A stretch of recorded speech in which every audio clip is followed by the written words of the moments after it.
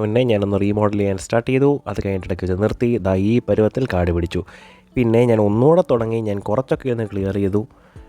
വീണ്ടും ഞാൻ ഇടയ്ക്ക് വെച്ച് പിന്നെ ഒന്നുകൂടെ നിർത്തി.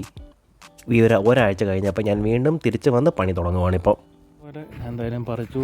അത് കഴിഞ്ഞിട്ട് വീണ്ടും നട്ടു. പക്ഷേ ഇതെല്ലാം ചെയ്തെങ്കിലും എൻ്റെ നടീലിൻ്റെയും എൻ്റെ എല്ലാം തുടങ്ങിയിട്ട് തീർക്കാതിരിക്കുന്ന എൻ്റെ സ്വഭാവത്തിൻ്റെയും ഭാഗമായിട്ട് ഈ പരുവത്തിലായി ഇപ്പം. അപ്പം അതിൻ്റെ അകത്ത് ഫിൽറ്റർ തൽക്കാലം മാറ്റി വെച്ചു. താമര കുറച്ചാൾ മുന്നേ വരെ പൂക്കുന്നുണ്ടായിരുന്നു. പക്ഷേ ഇപ്പം അതിന് തീരെ ഇതില്ല. മീൻസ് അത് ഇടയ്ക്കിടയ്ക്ക് പറിച്ച് വെക്കുക, അങ്ങനത്തെ കുറേ പരിപാടികൾ ചെയ്താലേ ആവുന്നുള്ളൂ. നട്ടേൻ്റെ ഞാൻ തോന്നുന്നു എന്തായാലും. അപ്പം തൽക്കാലം വീണ്ടും റീമോഡലിങ് ഞാനൊരു മൂലയ്ക്ക് പോകുന്നങ്ങ് സ്റ്റാർട്ട് ചെയ്യുവാണ്. ഇത്തവണ എവിടെ വരെ തീരുമോ എന്തോ. ഈ പറഞ്ഞ പോലെ ഇവിടുത്തെ സാധനം പൂ പറിച്ചിട്ട് ചെടി പറിച്ചിട്ട് തേപ്പയോടെ ഇരിപ്പുണ്ട്. എൻ്റെ തൊന്നുമില്ല, എല്ലാം ചെത്തുപോയി. ആ മണ്ണ് മാത്രമുണ്ട്, അതിൻ്റെ കറുത്ത് വേറെ ഇരിപ്പുണ്ട്. എന്നിവയെ അതായത് ഇതങ്ങനെ ഇരിപ്പുണ്ട്. ബാക്കി ചെയ്ത് നോക്കാം. ബാക്കി അവസ്ഥയായിട്ട് ചെയ്യാൻ പറ്റും. ഇതൊക്കെ കേടായി, എല്ലാം കേടായി. ഒരു എത്ര വർഷമായി?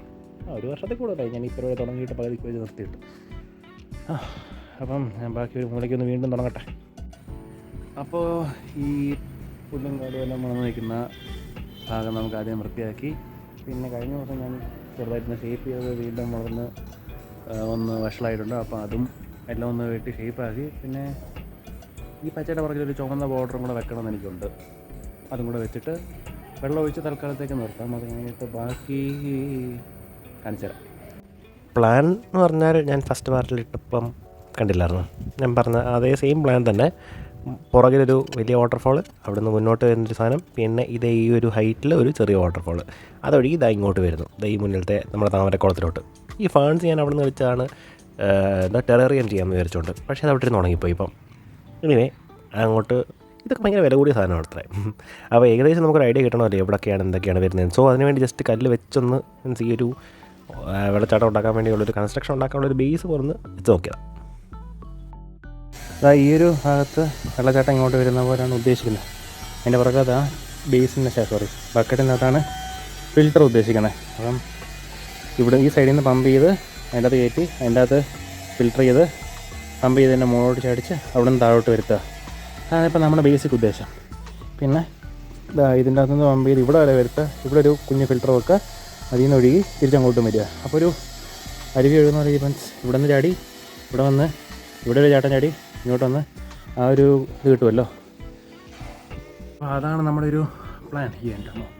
ഇപ്പോൾ ജസ്റ്റ് പുല്ല് പറിച്ചേ ഉള്ളൂ. ഇനിയും ഇവിടെ കുറച്ച് താഴ്ത്തണം, തേക്കണം, വെള്ളം ഒഴുകി പോകാനുള്ള പാത്തി ഉണ്ടാക്കണം. ഇങ്ങനത്തെ കുറച്ച് പരിപാടികളൊന്നും ഉണ്ട്. അതിനെത്രത്തോളം തീരുന്നില്ല. ജസ്റ്റ് പുല്ല് പറിച്ചേ ഉള്ളൂ. അത്യാവശ്യം വൃത്തികേടില്ല എന്നുള്ള പരുവത്തിലാവാനും മാത്രം ഞാൻ പുല്ല് പറിച്ചതേ ഉള്ളൂ. വേറൊന്നും സംഭവിച്ചിട്ടില്ല. നമുക്ക് എത്രത്തോളം മുന്നോട്ട് കൊണ്ടുപോകാൻ പറ്റുമെന്ന്. ഇതിൻ്റെ അകത്താണ് ആക്ച്വലി ഞാൻ ഫിൽട്രേഷൻ ചെയ്യാൻ ഉദ്ദേശിക്കുന്നത്. അതിൻ്റെ അകത്തോടെ ഫിൽറ്റർ ചെയ്ത് വരുത്തുക, അതിൻ്റെ അകത്ത് പമ്പ് ചെയ്ത് അതിൻ്റെ അകത്തോടെ കയറ്റി ഇപ്പുറത്ത് കൊണ്ടുവരിക. അതാണ് നമ്മുടെ ഒരു പ്ലാൻ.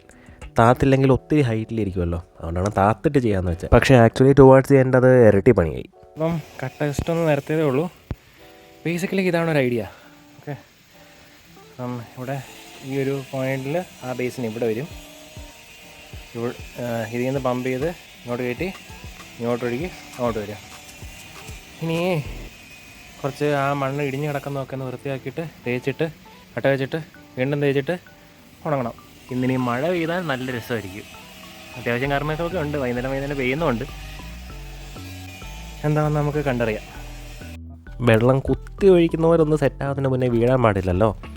അതായിരുന്നു എൻ്റെ പേടി. കാരണം അതൊരു റൂഫിൻ്റെ കോർണറിലാണ്. അപ്പം അവിടെ എല്ലാ സൈഡിൽ നിന്നുള്ള വെള്ളം കൃത്യമായിട്ട് എൻ്റെ മുകളിലോട്ട് വന്ന് വീടും. മൂടിയിട്ടാൽ പോലും താകുന്ന ഒരു പരിധിയില്ലേ ഫ്രഷായിട്ട് തേച്ച സാധനത്തിന്.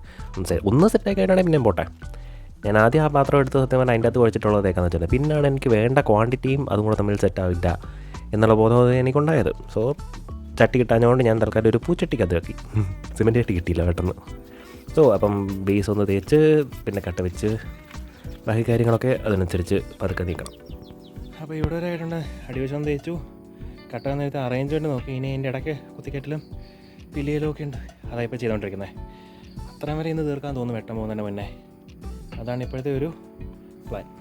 ഓക്കെ, വെട്ടം പോകുന്നതിനെക്കാട്ടും എനിക്ക് പേടി ഈ കൊതുക് കടിയാണ്. ഒരു രക്ഷയില്ല. രാത്രി ആയാൽ പിന്നെ ആ സൈഡിൽ ഒരു 6 മണി കഴിഞ്ഞാൽ പിന്നെ അവിടെ ഇരിക്കാൻ പറ്റത്തില്ല. സോ അങ്ങനെ ഒരു പ്രശ്നമുള്ളതുകൊണ്ട് വെട്ടം പോകുന്നതിന് മുന്നേയും കൊതുക് വരുന്നതിന് മുന്നേയും മാക്സിമം പണി തീർക്കുക എന്നുള്ളതാണ് ഇപ്പോഴത്തെ എൻ്റെ ഒരു അജണ്ട.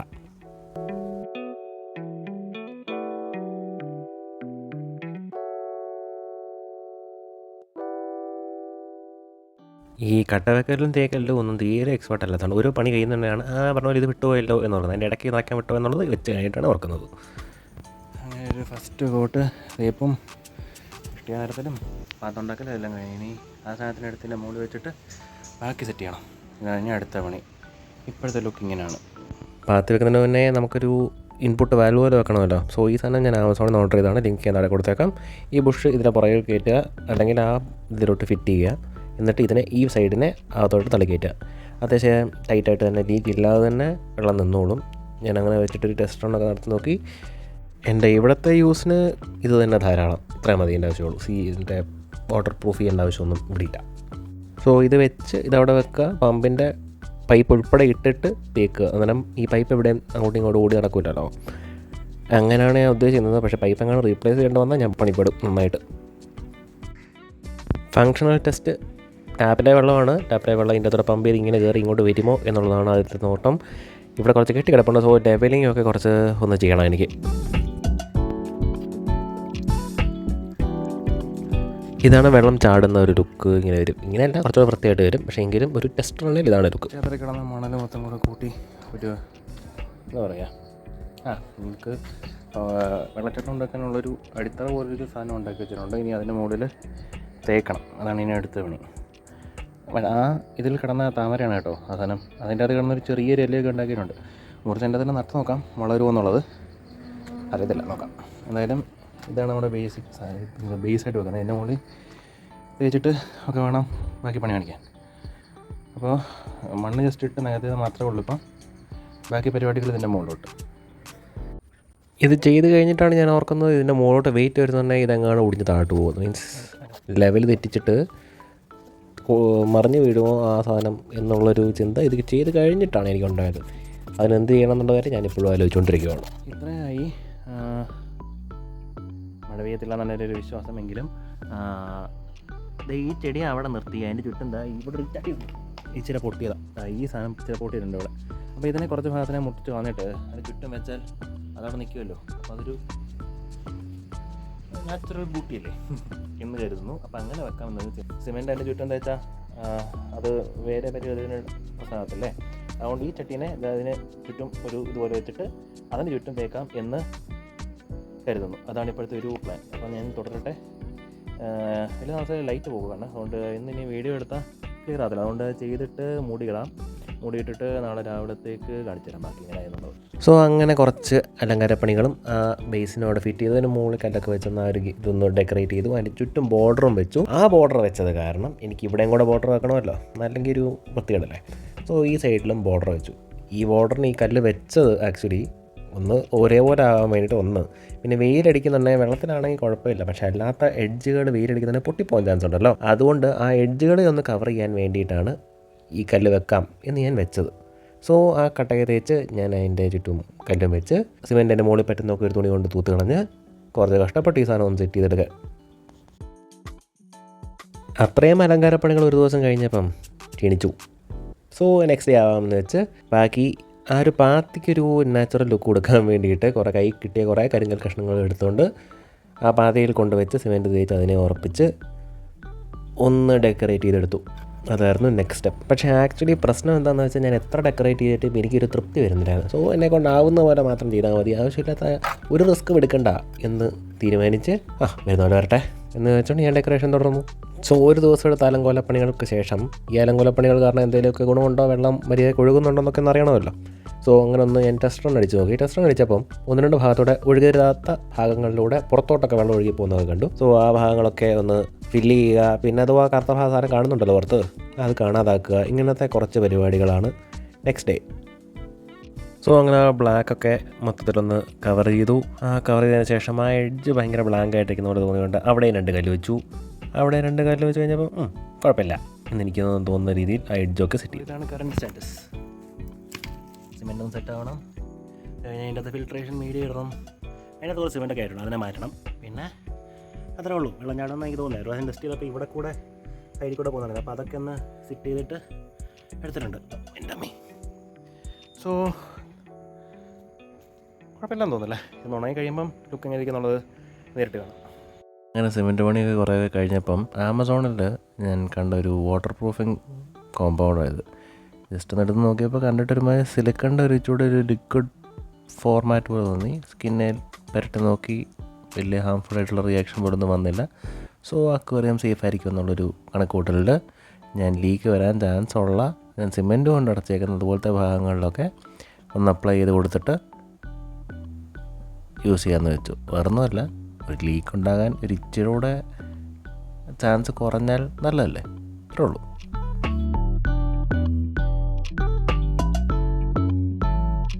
അപ്പോൾ എല്ലാം സെറ്റാക്കി ആയിട്ടുള്ള ഫൈനൽ ലുക്ക് ഇതാണ്. ഇനി നമുക്ക് ഫിൽറ്റർ ഫിറ്റ് ചെയ്യാം. സോ ഫസ്റ്റ് ലെയർ വെള്ളം കയറി വരുന്ന ആ ഒരു ഇതിൽ ആക്ടിവേറ്റഡ് കാർബൺ വെച്ച് ഫിൽറ്റർ ചെയ്യാമെന്നാണ് ഞാൻ കരുതുന്നത്. സോ ഒരു ഫസ്റ്റ് ലെയർ ആക്ടിവേറ്റഡ് കാർബൺ ഇട്ടു. അതിനുശേഷം നമ്മുടെ സെറാമിക് മീഡിയ ഇട്ടു. അതിന് മുകളിൽ ഈ സെറാമിക് മീഡിയ പുറത്തോട്ട് കാണേണ്ടതെന്ന് വെച്ചിട്ട് കല്ല് വെച്ച് അതിൻ്റെ മുകളിൽ തന്നെ നമ്മൾ നേരത്തെ യൂസ് ചെയ്ത് ഡെക്കറേഷനായിട്ട് യൂസ് ചെയ്ത് സ്റ്റോൺ തന്നെ യൂസ് ചെയ്ത് അതിൻ്റെ മുകളിൽ വെച്ച് ഒന്ന് ലെയർ ചെയ്തു. സോ ഇനിയും വെള്ളം ഒഴിച്ച് ടെസ്റ്റ് ചെയ്യാം. വെള്ളച്ചാട്ടം ഉണ്ടായാൽ എങ്ങനെ ഇരിക്കും എന്നറിയണമല്ലോ. ഫസ്റ്റ് ടെസ്റ്റിങ് ഓഫ് കോഴ്സ് ഇതുകൊണ്ടാണ്, ടാപ്പ് വെള്ളം കൊണ്ടാണ്. എന്നുവെച്ചാൽ വെള്ളത്തിൻ്റെ ലെവൽ ഒത്തിരി കുറഞ്ഞിട്ടുണ്ട്. സോ അതൊന്ന് മേക്കപ്പ് ചെയ്യാൻ വേണ്ടിയിട്ട്. സോ ഫസ്റ്റ് ഈസ് ടെസ്റ്റിംഗ് കുഴപ്പമില്ല, വെള്ളം ഒഴുകി വരുന്നുണ്ട്, കുഴപ്പമൊന്നുമില്ല. കുറഞ്ഞു പോയ വെള്ളത്തിൻ്റെ ലെവലും നമ്മൾ ഒന്ന് പൊക്കിയെടുത്തിട്ടുണ്ട്. സോ ടെസ്റ്റ് ചെയ്ത് നോക്കാം. എന്ത്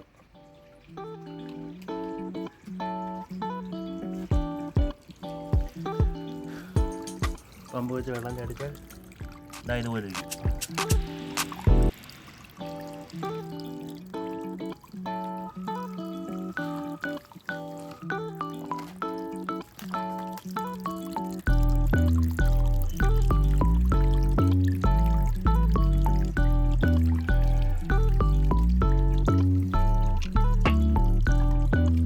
ഈ പമ്പാണ് ദാ ഇവിടെ കൂടെ വലിച്ചിട്ട് കറക്കിയെടുത്ത് അതിൻ്റെ അതോടെ ഫിൽറ്റർ ചെയ്ത് ഇങ്ങെത്തും. ഇതാണ് ഇപ്പോഴത്തെ ഒരു സിസ്റ്റം. പതഞ്ഞ് വരുന്നുണ്ട്. അതിൻ്റെ അകത്ത് വെള്ളത്തിൻ്റെ എന്തെങ്കിലും ആണോ വീഴുന്നതിൻ്റെ പദത്തിലാണോ എന്താ സംഭവം നടക്കില്ല. വെള്ളം കുറച്ചുകൂടെ കൂട്ടണം തോന്നുന്നു. ഞാൻ ആക്ച്വലി ഇപ്പോഴാണ് ശ്രദ്ധിച്ചത്, ഇങ്ങനൊരു സാധനം ഇവിടെ കൂടെ ഒടിച്ച് പുറത്തോടെ വെള്ളം പോകുന്നുണ്ട്. ഞാൻ കുറച്ചായിട്ട് നോക്കുന്നു, എന്തായാലും വെള്ളം കുറയുന്നുണ്ടല്ലോ, ഗേർഡിൽ ലീക്ക് ഉണ്ടോ നോക്കി നോക്കിക്കൊണ്ടിരിക്കും. ഇപ്പോഴാണ് കണ്ടേ, ഇതാണ് പ്രശ്നം. ഓക്കെ, അപ്പോൾ ഇത് ശരിയാക്കണം. ഈ സൈഡിൽ ഇങ്ങോട്ട് ഒഴുകാതിരിക്കാൻ വേണ്ടി ഒരു സാധനം ഇവിടെ ജസ്റ്റ് കല്ല് വെച്ച് ചെയ്ത് വെച്ചു. പിന്നെ ബാക്കി വന്ന സിമെൻ്റ് കൊണ്ട് ഇതാ ഇവിടെ ഈ ലില്ലിക്ക് വിട്ടു ഒരു പാറക്കെട്ട് ഉണ്ടാക്കി. ഇത് മൊത്തം ഇങ്ങനെ മറ്റേ കല്ല് വെച്ച് ഡെക്കറേറ്റ് ചെയ്താലോ എന്നാണ് ഇപ്പോഴത്തെ ഒരു ചിന്ത. ഇങ്ങനെ ഉണ്ടായിരിക്കും, അറിയത്തില്ല, ചെയ്ത് നോക്കേണ്ടി വരും. നോക്കാം, ചെയ്യാൻ പറ്റുമെന്ന് എൻ്റെ ദൈവം, ചെയ്യാൻ പറ്റുമെന്ന് ചെയ്ത് നോക്കട്ടെ. പിന്നെ ഇതാകും സെറ്റാകട്ടെ. ആ ലില്ലി ബോസിലായിരിക്കും എന്നാണ് എൻ്റെ വിശ്വാസം. അതൊന്നും പറ്റിയിട്ടില്ല. മാക്സിമം ഞാൻ ലില്ലിയിലൊന്നും പറ്റാതാണ് ചെയ്തത്. പക്ഷേ എന്നാലും അറിയത്തില്ലല്ലോ. എന്തായാലും വെള്ളച്ചാട്ടം കുഴപ്പമില്ല. അതിൻ്റെ ലീക്ക് ഇതാ അവിടുത്തെ ആ ഭാഗം ഇങ്ങോട്ട് ഒഴുകാതാക്കിയിട്ടുണ്ട്. ഇപ്പം ഉണങ്ങിയിട്ട് നമുക്ക് ടെസ്റ്റ് ചെയ്ത് നോക്കാം. ഒറിജിനലി ഈ പ്ലാൻ ചെയ്ത ടൈമിൽ ഞാൻ കുറച്ച് ലില്ലീസ് മേടിച്ച് 3 കളർ ലില്ലി എന്ന് പറഞ്ഞുകൊണ്ട് ആമസോണിൽ കണ്ടത് മേടിച്ച് വളർത്താൻ ശ്രമിച്ചായിരുന്നു. അപ്പം അത് വളർന്ന് ചട്ടിയിൽ നിൽക്കുമായിരുന്നു. അതിനെ ഇനിയും ഇത്രയൊക്കെ ഡെവലപ്പായ സ്ഥിതിക്ക് ഒറിജിനലി ഉദ്ദേശിച്ച സ്ഥലത്ത് തന്നെ നമുക്ക് പ്ലാൻ ചെയ്ത് സെറ്റ് ചെയ്യാമെന്ന് വിചാരിച്ച് ചട്ടിയിൽ നിന്നെടുത്ത് മണ്ണിലിട്ടു. എങ്കിലും ആ ഒരു വളർച്ച എങ്ങനെ ഉണ്ടാവുമെന്ന് എനിക്കറിയത്തില്ല. ഇത്ര നാളും ചട്ടിയിൽ നിന്ന സാധനത്തിന് പെട്ടെന്ന് എടുത്ത് മണ്ണിലോട്ട് വെക്കുന്നുണ്ടേ. പിന്നെ എൻ്റെ നടിയിലായതുകൊണ്ട് എനിക്ക് അത്ര വിശ്വാസം പോരാ, കണ്ടറിയേണ്ടി വരും. അങ്ങനെ വിചാരിച്ചാണ് നട്ടത്. എങ്കിലും കുഴപ്പമില്ല, സംഭവം വളരുന്നുണ്ട്. മീൻസ് പുതിയ ഇലകളൊക്കെ വളർന്നു വരുന്നുണ്ട്.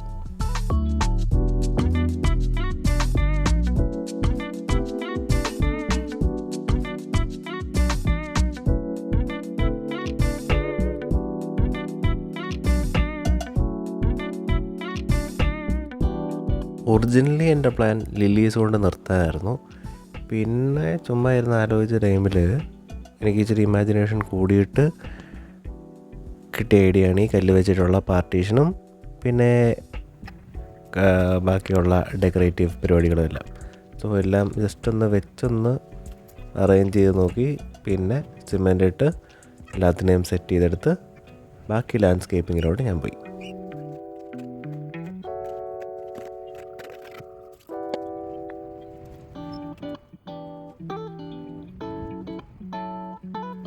ആമസോണിൽ നിന്ന് ഞാൻ കുറച്ച് ലില്ലി ബൾബ്സ് വാങ്ങിച്ചു. അതിനെ ഒന്ന് വെള്ളത്തിൽ വെച്ചൊന്ന് മുളപ്പിക്കണമല്ലോ, അതായിരുന്നു എൻ്റെ ഉദ്ദേശമായി. കണ്ടപ്പോൾ സത്യം പറഞ്ഞാൽ നമ്മുടെ അടുക്കളയിലെ ചുവന്നുള്ളി ഉണങ്ങിയതാണോ എന്നൊക്കെ സംശയം. എനിവേ രാത്രി കൊണ്ട് ഞാനിത് ചെയ്ത് തീർത്തു.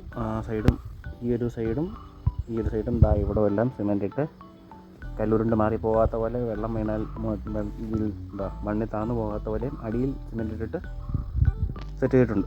ഇനിയും ബാക്കി പണിയിലേക്ക് കിടക്കാം. കടയിൽ പോയോ അല്ലെങ്കിൽ എവിടെ നിന്നെങ്കിലോ റെഡ് സോയിൽ എടുക്കണം എന്നൊക്കെ ഞാൻ ആഗ്രഹിച്ചു. പക്ഷേ ഈ സാധനം പൊക്കിയെടുത്തോണ്ട് എവിടെ നിന്നാണെങ്കിലും എടുത്തുകൊണ്ട് വീട്ടിലോട്ട് വരിക എന്നുള്ള പരിപാടിയുടെ ബുദ്ധിമുട്ട് ഓർത്തപ്പം ആമസോണിൽ തന്നെ ഞാൻ ഓർഡർ ചെയ്തു. എനിവേ ആമസോണിൽ നിന്ന് ഓർഡർ ചെയ്തത് വന്നതിന് ഈവനായിട്ടൊക്കെ ഒന്ന് പറ്റുന്ന പോലെയൊക്കെ അതിൻ്റെ അവർ ചെയ്ത് ആവശ്യത്തിന് ഹൈറ്റിലിട്ടിട്ട് ഞാൻ പ്ലാന്റിങ്ങിലേക്ക് കടന്നു. ലില്ലികൾ മുളച്ചതിനെയൊക്കെ ഞാൻ മാക്സിമം എന്താത്തും അല്ലാത്തതിനൊക്കെ പറ്റുന്ന പോലെ എല്ലാം ഞാൻ അതിൻ്റെ അകത്ത് വെച്ചിട്ടുണ്ട്. ഓരോന്നോരോന്നായിട്ട് എടുത്ത് നടുവായിരുന്നു. എത്ര ഉണ്ടായിരുന്നു? 20 10-30 ഉണ്ടായിരിക്കും. എന്തായാലും എല്ലാത്തിനും നട്ടിട്ടുണ്ട്. വന്ന എല്ലാത്തിനും നടുക്കി പോയി 1-2 ഉണ്ടോ കഴിച്ചാൽ ഒരു 10-35 കാണും. 40 വന്നത്, അപ്പോൾ 5-6 പോയി കാണും. ബാക്കിയെല്ലാം നട്ടിട്ടുണ്ട്. വളർത്ത് വരുന്നതെല്ലാം വളർന്നു വരട്ടെ. ഇത് മുളച്ച് വരുമ്പോൾ അറിയത്തുള്ളൂ ഇനി മറ്റേ സാധാരണ ഉള്ളിയാണോ ശരിക്കും ലില്ലിയാണോ. എന്തായാലും ആ നടിയിൽ കഴിഞ്ഞു. അതേപോലെ ഇവിടെയുണ്ട്. ഇവിടെ ആരോ ഹെഡില്ലേ, നമ്മളൊരു കട്ടി ഗ്രീൻ കളറുള്ളൊരു ആരോ ഹെഡ് കാണിച്ചു തരാം ഞാൻ. ആ സാധനം ഇവിടെയും അവിടെ നീഡിൽ ഗ്രാസ് കൊണ്ട് ഉദ്ദേശിക്കുന്നത്. നീഡിൽ ഗ്രാസ് കാണിച്ചു തരാം. ഒരു സൈഡിൽ ഈ നീഡിൽ ഗ്രാസ് വരും, മറ്റേ ആരോ ഹെഡ് പുറകിൽ വളർന്നു നിൽപ്പുണ്ട്, അതിനെ അവിടെയും വരും. പിന്നെ ഇതുങ്ങളെയൊക്കെ ഓരോ സ്ഥലത്തായിട്ട് വെക്കാൻ വേണ്ടിയിട്ട് മേടിച്ചാണ്. ഞാൻ വെച്ച് കാണിച്ചു തരാം. അപ്പോൾ ഇവരെ വെക്കണം. ഇവിടെ ഒരു സൈഡിൽ, മറ്റേ സൈഡിൽ ആരോ ഹെഡ്. ലില്ലികൾ വളർന്നു എന്നുള്ളതായിരിക്കും നോക്കാം ഉണ്ടാവുമെന്ന്. പിന്നെ ഇവിടുത്തെ കുറച്ച് കോർണറുകൾ കവർ ചെയ്യാൻ വേണ്ടിയിട്ടുള്ള ചെടികൾ. ഇതാണ് ഇന്നത്തെ ഒരു പ്ലാൻ. ഞാൻ പണി തുടരട്ടെ. അങ്ങനെ മണ്ണ് എല്ലാ സെക്ഷൻസിലും സ്പ്രെഡ് ചെയ്തു. ഞാൻ വാങ്ങിക്കൊണ്ട് വന്ന എല്ലാ പ്ലാന്റ്സിനെയും ഓരോരോ ബേസായിട്ട് സ്പ്ലിറ്റ് ചെയ്യണമല്ലോ. ഇതിൻ്റെ ഒരു പാക്കറ്റിൻ്റെ അകത്ത് കുറച്ചധികം ഉണ്ട്. ഇതാണ് ഞാൻ പറഞ്ഞ ആരോ ഹെഡ്. ഇതിൻ്റെ ഒരു ആരോ ഹെഡ് തന്നെയാണ് തന്നെ ഒരു വിശ്വാസം. എനിവേ അതിനെ പറിച്ചെടുത്ത് കഴുകിയെടുത്ത് ഞാൻ വീണ്ടും അടുത്ത സെറ്റ് പ്ലാന്റിങ്ങിലേക്ക് പോകുന്നു. To quote one of my favourite anime characters. അങ്ങനെ നട്ടുകഴിഞ്ഞിട്ട് ബാക്കി വന്നതിനെ വേറൊരു ചട്ടിക്കകത്തോട്ട് തൽക്കാലത്തേക്ക് വെച്ചു. എല്ലാത്തിനെയും ഒന്ന് നനച്ചിട്ട് ബാക്കി ബോർഡർ പ്ലാന്റ്സ് എല്ലാം വെക്കാൻ വേണ്ടിയിട്ടുള്ള കുഴിയെടുത്ത് ഞാൻ അതിൻ്റെ പ്ലാന്റിങ്ങിലേക്ക് പോയി.